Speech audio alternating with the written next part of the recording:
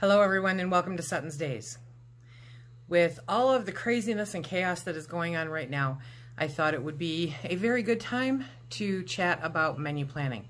We've kind of briefly discussed it here and there in the past, but I thought that actually going through the process with you and showing you how we do it would be helpful to someone, hopefully.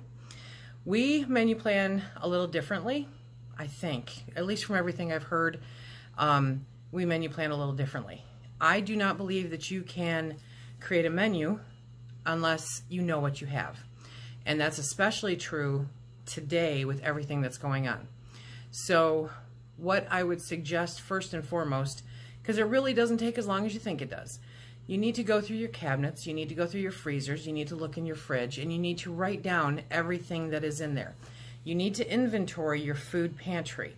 You don't have to go so far as to inventory all of your spices. Just give it a cursory glance so that you have an idea of what's on hand and what you might be running low on, okay? I'm going to walk you through how I prepare our weekly menu for this coming week. Yes, we're halfway through the week. I'm going to do it for 7 days, okay? This just came to me as something that I think needs to get out there, that would be beneficial to somebody, so that right now, if you are home and you know that you cannot go grocery shopping for however long, 1, 2, 3, 4 weeks, we're going to find a way to make it through it. And this is one of the easier ways to figure it out, okay? So let's get over with my pad and I'll show you how we do it. Now, caveat, small caveat here. We have no children. It is just Phil and I. We typically do not eat breakfast. We have something to eat sometime between the time we wake up and say 2 o'clock in the afternoon, okay? And then we normally have dinner somewhere around 6. I try not to go later than 7. That is our normal way of doing things. If there are leftovers from dinner, then I will incorporate that into the next day for lunch. If you have children, if you're used to 3 meals a day, if you're just used to having toast with your coffee, you do your do. Do what is best for you. I'm just going to show you a system to help you figure out how we do it, and so that maybe that will help you figure out how to make your menu plan. It's not bad. It's not intimidating. You shouldn't be afraid of it. It's a wonderful tool for budgeting. It is the best tool when it comes to times like these where you really have to watch what's going on because you don't want to go out and go shopping. Okay, let's get started. So the first thing that I did was I went into the refrigerator and took stock of what was in there that was the most perishable, okay? And in the fridge right now, among other things, we have bacon. I cooked up, in our freezer, I had a box of that wagon wheel bacon, I think it was. So I cooked up all of it. I froze a bunch, but I did leave some out so that we could use it. So I have bacon in there. I have some leftover Mississippi pork roast. I have eggs. I have a bag of spinach. I have some coleslaw. I have some cream cheese, some American cheese, and some tomatoes. The cream cheese and American cheese I put down on the list. It's not as perishable as everything else is, but it's something that I can incorporate into these meals here. In the pantry, I have ugly chicken. I have some beans. I have both canned beans and just the regular dry beans. I have a box of manicotti noodles. I don't know why, but I do. And then I have a small amount of shells, those large shells that you can stuff. I have a little bit of those left. So we are going to be using those up. From my freezer, I have ground beef. And I realized after looking at everything up here in the fridge and the little bit that I have in the pantry that that really is all that I'll need to take out of the freezer. Based on what I have here and what I know that we like for dinner, I'm building my menu off of this. I don't want to build a menu with something that I don't have an ingredient for, okay? So you want to make sure that when you are doing this, that you have the ingredients, and that's why the inventory is so important. We're going to be lucky to get through this without a cat appearance, so I'll warn you ahead of time. Now, my friend, my buddy, my pal Molly in our Facebook group posted her recipe. I think she said it was her mom's recipe for American chop suey. And this is something that Phil expressed an interest in, I don't know, a few months ago. And so I thought this would be a really great time to do that. A comfort food, something familiar, something fun. So we are going to have American chop suey for dinner tomorrow night. It just so happens from my Amish bulk store shopping haul that I picked up some of those noodles, they call them, to go in this. So those are still sitting up in the cabinet. And I think we have everything else that we need for this based on the ingredients that we have in the fridge and in the pantry and what I looked at from the recipes that she shared. So American chop suey.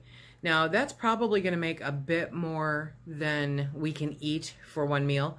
So we will be having leftovers the next day for lunch, brunch, whatever you want to call it. On Friday, I'm going to use up some of that bacon. We're going to make a pot of bacon and bean soup. If you don't have bacon, ham is always a great alternative if you have ham, but bacon and bean soup is what's going to be happening. And that, yeah, bean, Lisa, spell and talk at the same time. That is also going to get jarred up for future meals. That'll end up in our pantry, and I'll bring you guys along for that with the 52 weeks of canning. Now this pork roast. Now you know, you crock pot or Instant Pot, any kind of roast, it's nice, it's tender, it falls apart beautifully. So we are going to turn that into barbecued pulled pork. Yes, we are. And we are going to have some kind of beans for a side dish and probably a little bit of coleslaw, okay? Now on Sunday, we have canceled family dinners for the time being because my mother is a very compromised person. We are somewhat compromised, and, you know, kids are basically walking petri dishes, so we just thought it would be easier to kind of postpone family dinners for a little while. So it's just me and Phil on Sunday. And I'm going to use those manicotti noodles, and I'm going to bring you guys along for that one too. We're going to be doing a super easy chicken manicotti. So we'll plug that in. So that takes care of the ugly chicken and the manicotti and the cream cheese. Okay, I'll probably add in spinach, and we'll have some sliced tomatoes on the side for kind of a salad.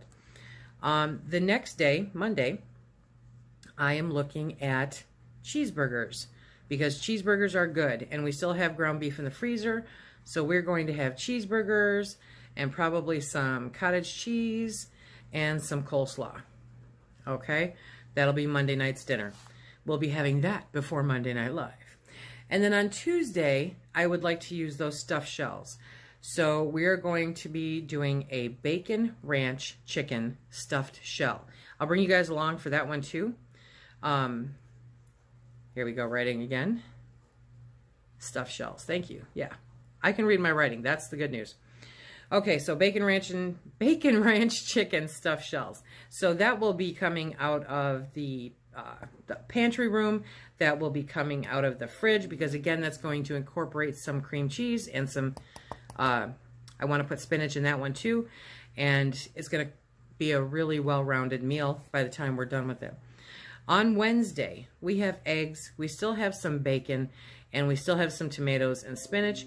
And so I thought that I would make some omelets. And instead of hash browns on the side, we would have sliced tomatoes.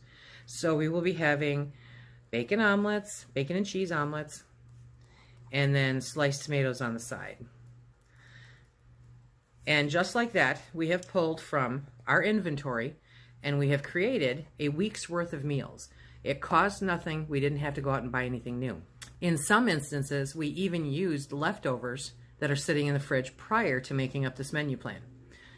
This to me is probably one of the easier ways to handle menu planning. I know a lot of people say that they get very daunted. They are very daunted about doing a menu plan.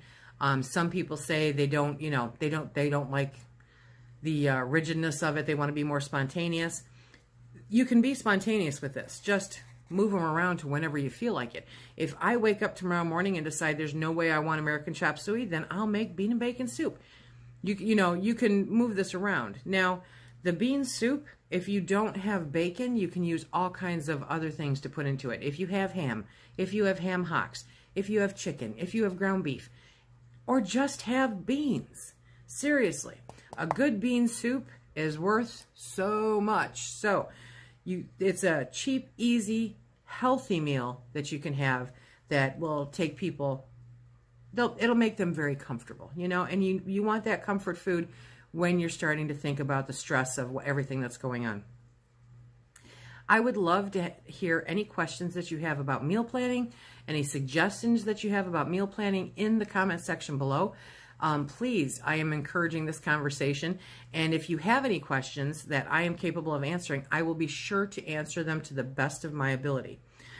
This is our menu plan for the next 7 days, and I would love to hear what you can do with yours. So I'll be posting this in the community tab of the channel, and I hope that you hop up there and share your menu plan with us.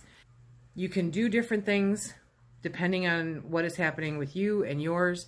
If you have kids, a really simple thing to do in the morning is just an egg and some toast or some oatmeal, or if you have pancake mix, then pancakes are never turned down, right? I mean, can you ever have too many pancakes when you're under the age of 12? I don't think so. So they also make a really great dinner substitution too. It's about making what we have today stretch until this subsides. I hope this has been helpful to somebody. I hope that you guys got something out of this to see how we're working with what we've got. I will be updating you every week on what we are doing as far as working out of our pantry, working out of our fridge. I fully anticipate having much less in the fridge by probably a week and a half from today. So I'll be going to my dehydrated things like my spinach. We'll be using more of our canned goods, and of course working out of our freezer. But no matter how little or how much you have, there's a way to plan it out and make it work so that you have that one last thing off your plate that you don't have to worry about right now. Okay, remember, if you like what we do here, please hit that like, subscribe, and share. Check us out on Instagram, Facebook, and Twitter. And until the next time, everyone, please be safe.